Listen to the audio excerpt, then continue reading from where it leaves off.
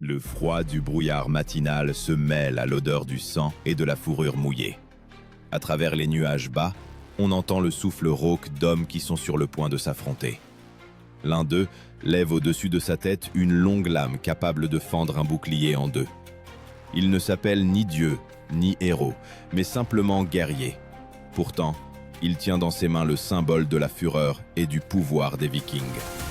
La hache danoise. Pourquoi cette arme en particulier est-elle devenue un signe de terreur, même parmi les chevaliers revêtus d'acier? Et comment une simple lame de fer pouvait-elle briser les lois du combat? La réponse est plus profonde qu'il n'y paraît, et elle est liée non seulement au métal, mais aussi à la nature même de l'homme. Les archéologues ont trouvé des haches similaires dans des sépultures de la fin du Xe siècle sur le territoire du Danemark, de la Norvège et de l'Angleterre. Leur forme, une lame allongée de près d'un demi-mètre sur un long et léger manche en frêne. Ce n'est pas un outil, mais une merveille d'ingénierie réfléchie, conçue pour une force de frappe maximale. Selon les témoignages des chroniqueurs, seuls les meilleurs possédaient une telle arme, ce que même les leurs craignaient. Cette arme était appelée brodex. En traduction de l'ancien anglais, large lame. Mais cela sonne plutôt comme un avertissement. Un seul mouvement et le corps, protégé par la cotte de maille, s'ouvre comme un tissu. La lame elle-même était fine, légèrement courbée pour ne pas s'enfoncer dans l'os, et le long manche permettait de porter des coups comme un coup de marteau, avec une inertie telle que même les côtes sous l'armure se brisaient. Imagine cette scène. Tôt le matin, la vapeur au-dessus du marais, une dizaine d'hommes en tunique de laine. L'un d'eux fait un pas en avant, son souffle se mêle au cri des mouettes. Il lève sa hache. Le soleil glisse sur le fil de l'acier, et à cet instant, l'ennemi ne voit pas un homme, il voit la mort. Les historiens ont écrit que la hache danoise s'enfonçait dans l'armure comme une pelle dans la terre molle. Le terme sans lequel il est impossible de comprendre ce moment est berserk. C'est ainsi qu'on appelait les Vikings qui tombaient dans une folie guerrière. Ils ne ressentaient pas la douleur, n'entendaient pas les ordres, ne connaissaient pas la peur. Leur corps était comme sculpté dans le bois et leurs mouvements comme ceux d'un ouragan. Au combat, le berserk se transformait en l'incarnation de la force, et la hache danoise était le prolongement de cette fureur. Mais qu'est-ce qui la rendait réellement invincible? Pourquoi un métal, forgé à partir de simple fer, s'est-il avéré plus fort que toutes les protections du Moyen Âge? La réponse est cachée dans une technologie que les forgerons modernes appellent la soudure damassée. C'est une méthode par laquelle des bandes de fer de qualité différente étaient tordues et assemblées en un tout, créant à la fois flexibilité et solidité. Une telle lame ne se brisait pas à l'impact, elle vivait avec la main. Selon diverses sources, chaque hache de ce type pouvait peser environ 2 kg. C'était suffisant pour maintenir la vitesse de la frappe sans surcharger l'épaule. Le Viking tenait l'arme à deux mains, tel un danseur guidant sa partenaire. La lame ne se contentait pas de descendre. Elle tournait, gagnant en puissance à chaque centimètre de sa course.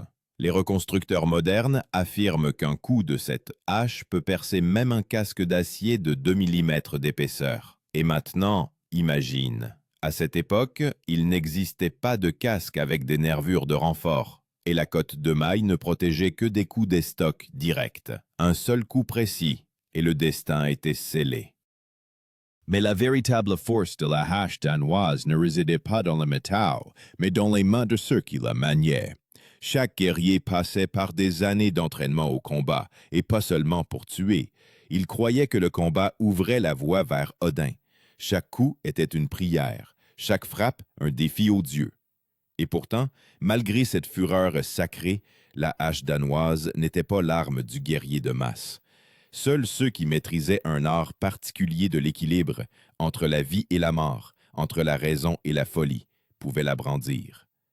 C'est ainsi que naissent les légendes qui traversent les siècles. Et lorsque le fracas des haches se mêlait au rugissement du vent du nord, la terre tremblait. Mais ce n'était que le début, le moment où la puissance de l'acier s'est unie pour la première fois à la fureur humaine.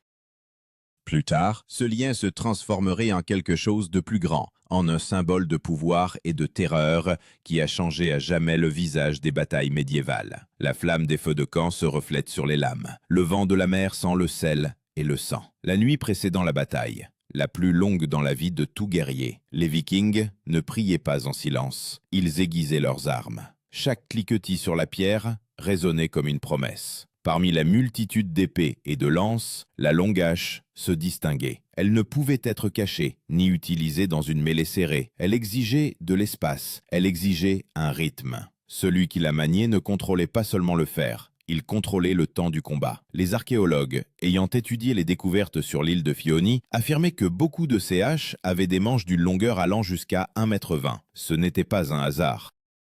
Une telle longueur permettait de porter un coup à une distance que le porteur d'épée ne pouvait plus atteindre. C'est pourquoi les combattants à la hache devenaient le centre de l'attaque, le point d'où commençait le chaos. Quand la hache danoise pénétrait les lignes ennemies, les rangs se dispersaient, comme s'ils étaient balayés par une tempête du nord. Une telle arme exigeait une coordination incroyable. Un seul faux pas, et le coup emportait la tête non pas de l'ennemi, mais d'un camarade.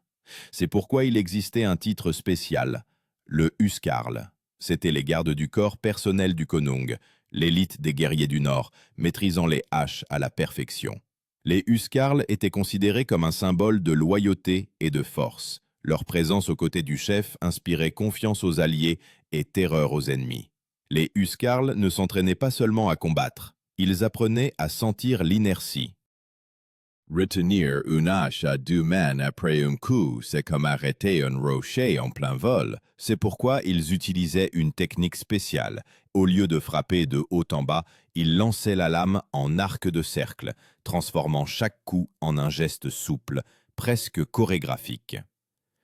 Les escrimeurs modernes disent que ce mouvement est plus proche du coup de marteau d'un forgeron que du coup d'un épéiste. Ces combattants portaient des cottes de mailles faites de milliers d'anneaux de fer, pesant environ 12 kg. Sous la cotte de maille, une épaisse laine absorbant la sueur et amortissant les coups. Sur la tête, un casque de fer avec un nasal. Et pourtant, aucun de ces éléments ne protégeait de la hache danoise. Un seul mouvement, et le coup passait en diagonale, comme si la hache traçait une ligne de destin. La philosophie même du combat viking était basée sur l'idée de la percée. Leur tactique, que les historiens appellent le cochon, une formation en coin où les rangs avancés brisaient les défenses de l'ennemi. Et maintenant, imagine que l'homme à la hache se tenait à la pointe du coin. La première seconde de l'affrontement décidait de tout. Un coup de haut en bas brisait les boucliers, coupait les lances et ouvrait la voie aux autres. Les sources historiques, y compris les chroniques de la chronique anglo-saxonne, mentionnent la bataille de Maldon à la fin du Xe siècle, où les Vikings ont utilisé précisément cette tactique. C'est alors que les anglo-saxons ont été confrontés pour la première fois à l'utilisation massive des haches danoises. L'un des chroniqueurs a écrit « Ils frappaient comme si les marteaux de Thor eux-mêmes s'étaient abattus sur notre terre ». Ce n'est pas une exagération poétique, c'est l'observation d'un témoin oculaire. Le terme qui définissait la force des Vikings à ce moment-là était « hugre ». En traduction du vieux norrois, feu intérieur, détermination. Sans lui, un homme ne pouvait être un guerrier. Le hugre était ce qui transformait un simple paysan en berserk, et un berserk en légende. Quand un homme prenait la hache, il devait sentir ce feu à l'intérieur. Sinon l'arme ne lui obéirait tout simplement pas. Cette ardeur intérieure se combinait à une connaissance pratique du métal. Les forgerons du Nord, travaillant dans des conditions climatiques rigoureuses, savaient que le fer doux se plierait et que le fer trop dur se fissurerait. C'est pourquoi ils créaient une structure spéciale, de l'acier dur sur le tranchant de la lame et du fer doux au centre. Ainsi naissait l'effet de flexibilité. Lors de l'impact, le tranchant conservait son acuité et le milieu amortissait les vibrations. Même les forgerons modernes considèrent cet équilibre comme une merveille technologique de son temps. Mais la technique n'était pas la seule chose qui faisait de la hache une arme de terreur. L'effet psychologique était tout aussi important. L'adversaire, voyant devant lui un homme armé d'une telle hache, perdait souvent sa volonté de résister. Les tests sur le terrain des reconstructeurs montrent que le son d'un bouclier qui éclate sous un coup de hache provoque chez les observateurs une peur instinctive, ancienne, presque animale. C'est précisément ce dont les Vikings tiraient parti. La peur de l'ennemi faisait partie de leur stratégie. Lorsque la troupe levait les haches simultanément, l'air se remplissait d'un grondement sourd, comme la mer avant une tempête. Ce son était un signal. La bataille commence.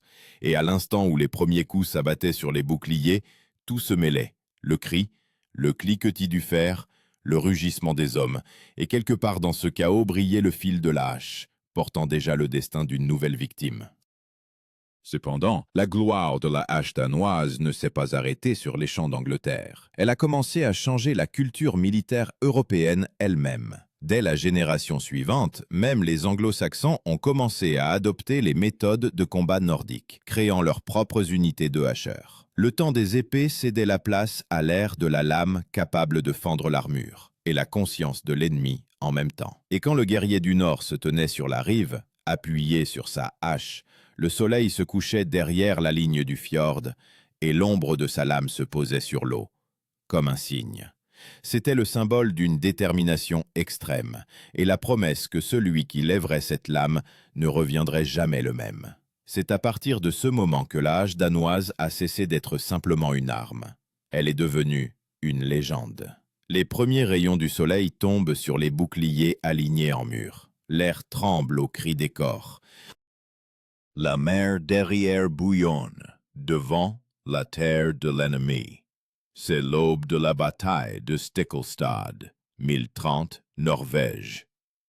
Ici, selon les chroniqueurs, ce ne sont pas seulement des armées qui se sont affrontées, mais des époques, l'ancienne fureur païenne contre la nouvelle foi.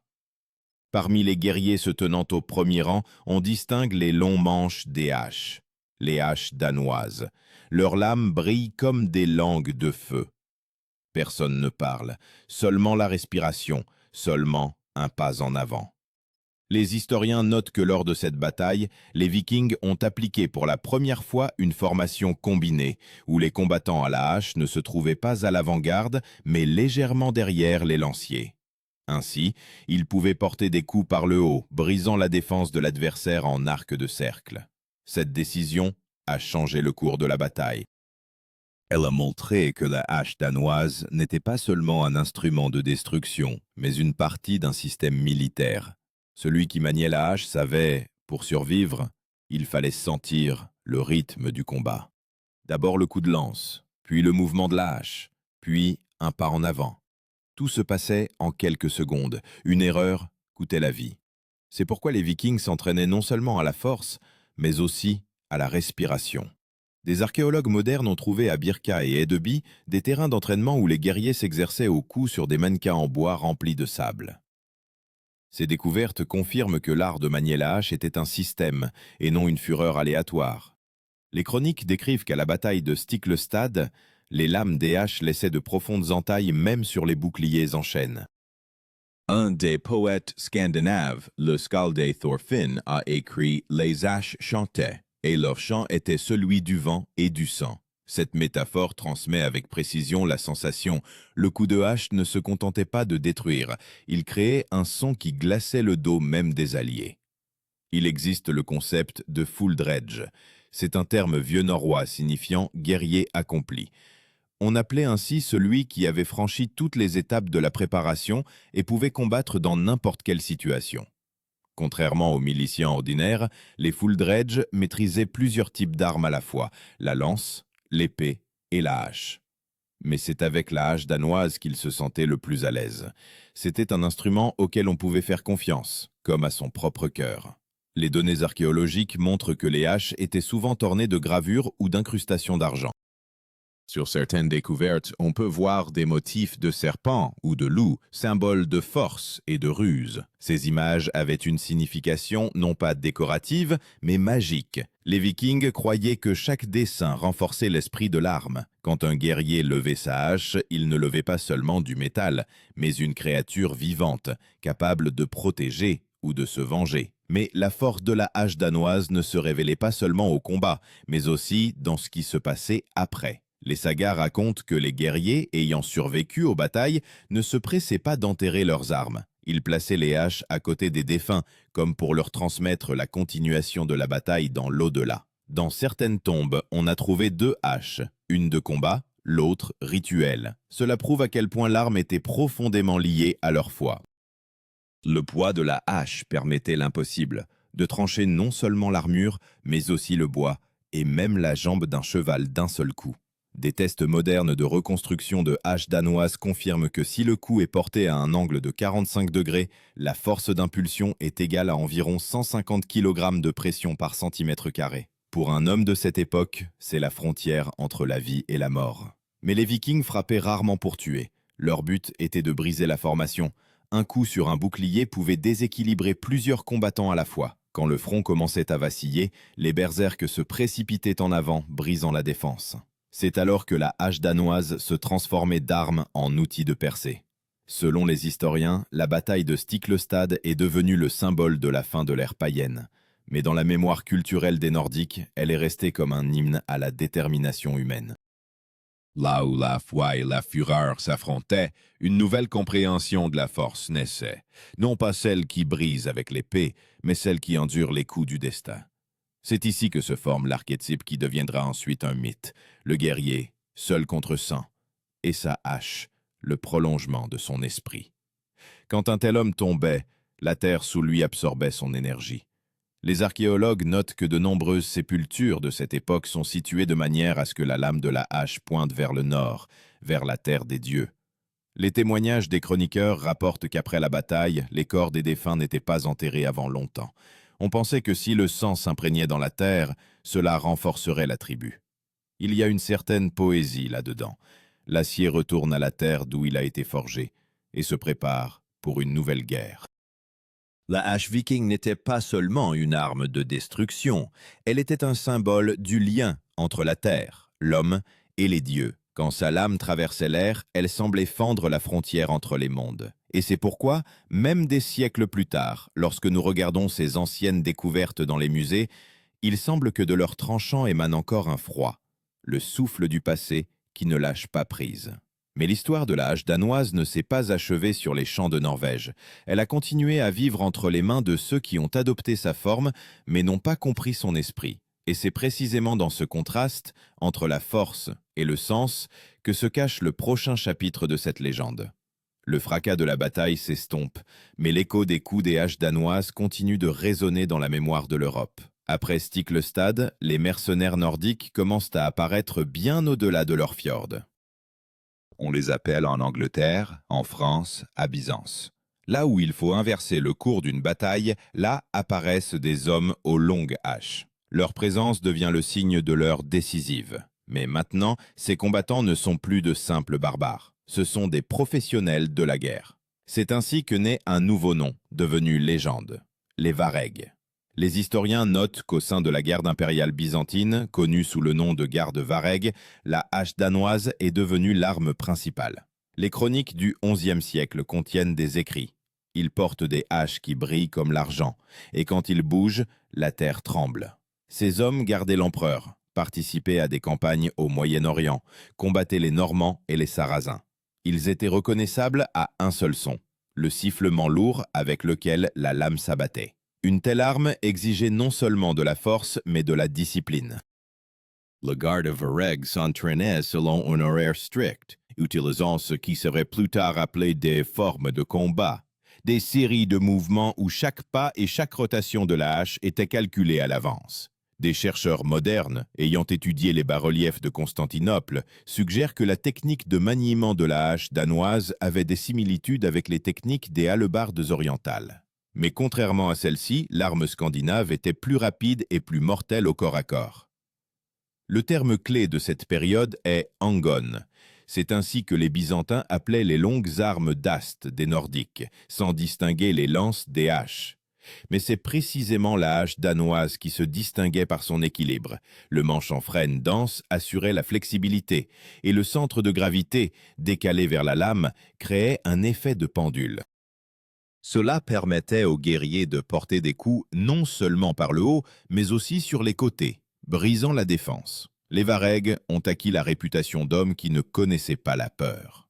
On disait que lors du siège de Constantinople, lorsque les murs tremblaient sous les béliers, l'empereur les envoyait précisément eux pour repousser les attaques. Leurs haches ne se contentaient pas de fendre les corps, elles brisaient les échelles, les boucliers, même les portes en bois. Les chroniques byzantines notent qu'aucune arme, à l'exception de leurs haches, ne pouvait arrêter l'assaut des Francs. Les découvertes archéologiques confirment les dires des chroniqueurs. En Suède, près du lac Mälar, plusieurs haches de type byzantin ont été trouvées, ornées de fils d'argent, avec une lame soigneusement équilibrée. De tels exemplaires n'étaient pas utilisés par les paysans. C'était l'arme de l'élite, qui coûtait, en équivalent monétaire moderne, autant qu'un bon cheval de guerre.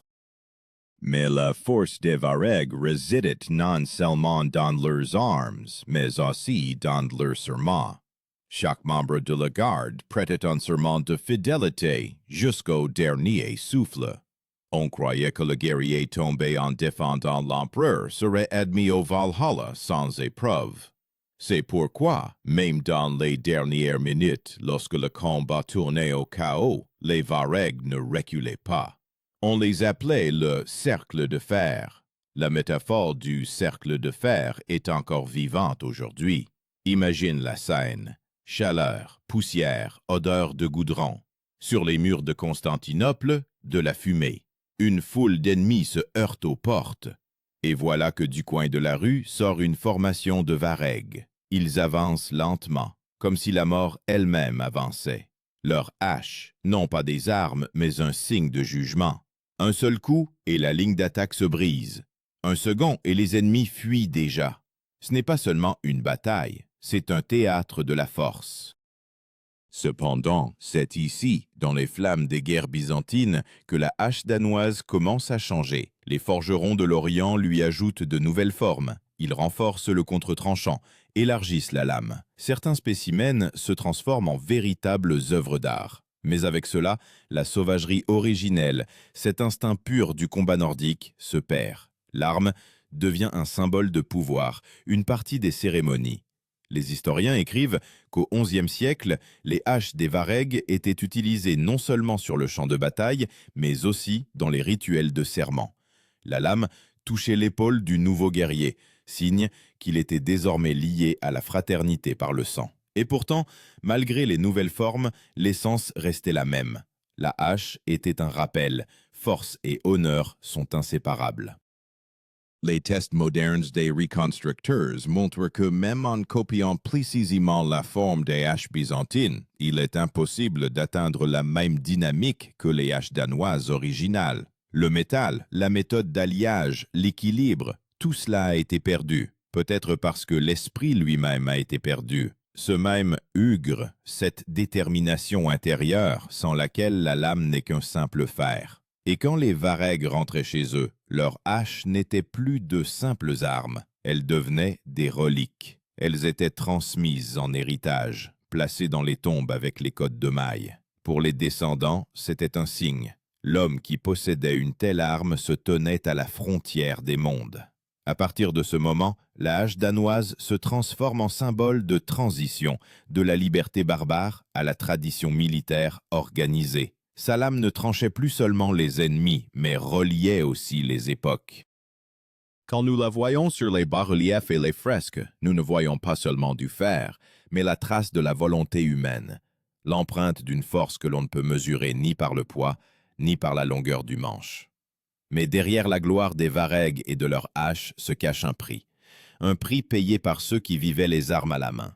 Et ce prix ne peut être compris que là où l'histoire cesse d'être héroïque, dans les dernières minutes avant la mort. C'est là que nous mène le chapitre suivant. La poussière retombe sur les champs de bataille, mais la trace de la hache danoise ne reste pas seulement dans la terre, elle s'imprime dans la mémoire même de l'Europe. Après la chute de Byzance et l'extinction de l'ère viking, la hache disparaît des champs de bataille, mais pas des cœurs. Son ombre plane toujours sur le nord. Chaque forgeron qui prend le métal sait, il ne forge pas seulement une arme, il répète un rythme ancien qui, pendant des siècles, a dicté le cours de la fureur humaine. Mais la gloire est toujours suivie d'une rançon, Et cette rançon est dans le sang versé lors de la dernière grande bataille, où la hache danoise a retenti pour la dernière fois comme la voix des dieux. C'était l'an 1066. L'Angleterre, la bataille de Stamford Bridge, la bataille où a péri la dernière ombre du monde viking. Les annales racontent l'histoire d'un géant à la hache qui, seul, a tenu un pont contre toute une armée du roi Harold. L'histoire n'a pas conservé son nom, on dit seulement qu'il se tenait comme un mur, et chaque fois que sa hache se levait, un homme tombait. Le soleil se reflétait sur la lame, et il semblait que Tyr lui-même, le dieu de la guerre, était revenu sur terre. Le chroniqueur a écrit « Il les frappait comme un bûcheron abat une forêt, et les corps gisaient les uns sur les autres. » Cette image est devenue le symbole de la fin d'une ère. Un homme, une arme, et toute une histoire concentrée en un instant. Les guerriers d'Harold tentaient de le contourner, lançaient des lances, mais il continuait de tenir, jusqu'à ce qu'il soit frappé par une lance par le bas, à travers les planches du pont. C'est ainsi que périt le dernier gardien de la fureur nordique.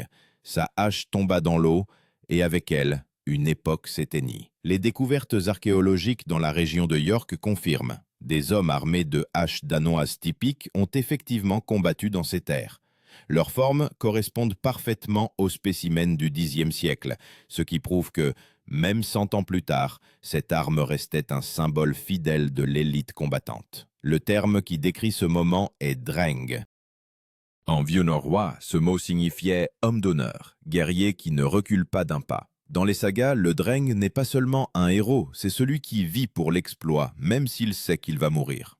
Pour lui, la mort n'est pas une fin, mais une transition. Quand le dernier dreng sur le pont a levé sa hache, il savait qu'il périrait, mais il n'a pas reculé. C'était un acte de force non pas militaire, mais spirituel.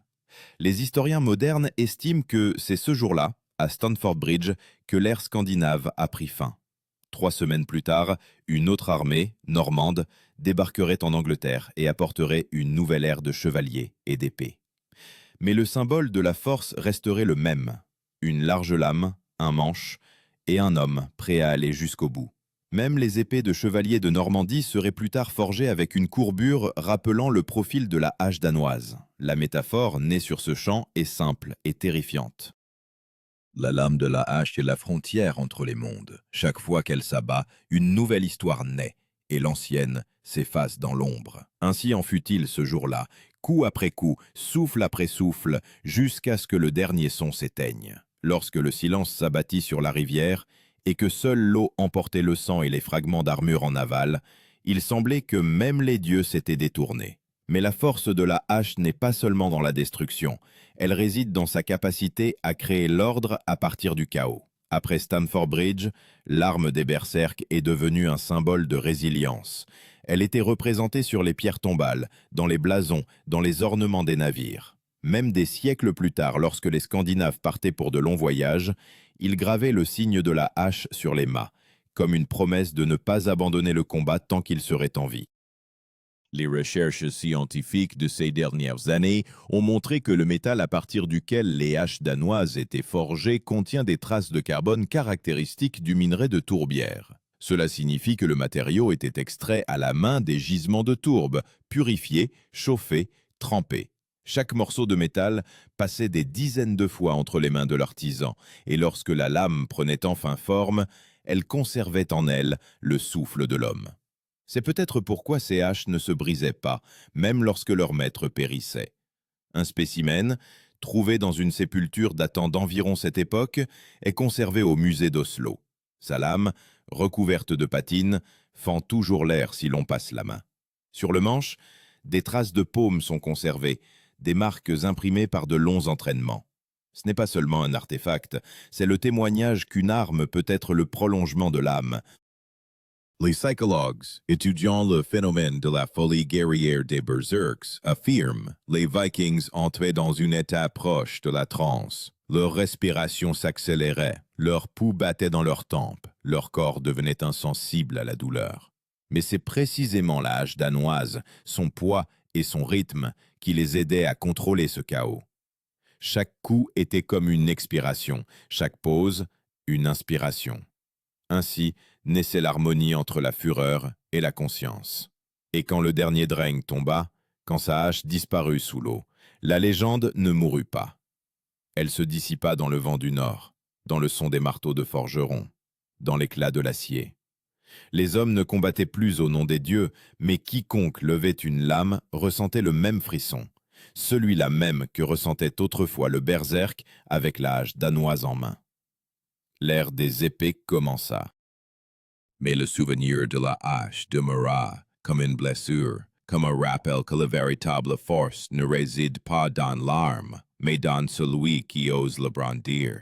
Et quelque part, sous les couches de terre et de temps, cette hache attend toujours son heure pour rappeler au monde de quoi il est fait. Mais l'histoire ne connaît pas de repos. Chaque arme, même ensevelie sous les siècles, revient un jour, non pas comme du fer, mais comme une idée. De nos jours, la hache danoise revit entre les mains de reconstructeurs, de forgerons, d'historiens. Sa forme est étudiée au millimètre près. Les scientifiques créent des modèles tridimensionnels, mesurent l'angle d'affûtage, la répartition de la masse, la dynamique du coup. Et pourtant, malgré tous leurs efforts, ils ne parviennent pas à restituer ce que les anciens appelaient la force de l'esprit de la lame, parce que ce n'est pas de la physique, c'est un état. Quand un homme prend la hache danoise, il ressent le poids non pas du métal, mais de l'histoire. Chaque mouvement semble un rituel. Il n'y a pas de hasard dans cette arme. Sa forme témoigne d'un équilibre entre destruction et création. On peut tuer avec, mais on peut aussi trancher le mensonge, la peur, la faiblesse. C'est en cela son sens éternel. Aujourd'hui, elle est devenue un symbole non de violence, mais de mémoire. On la représente sur les blasons, dans les emblèmes des clubs de reconstitution, dans les logos de marques liés à la force et à l'honneur.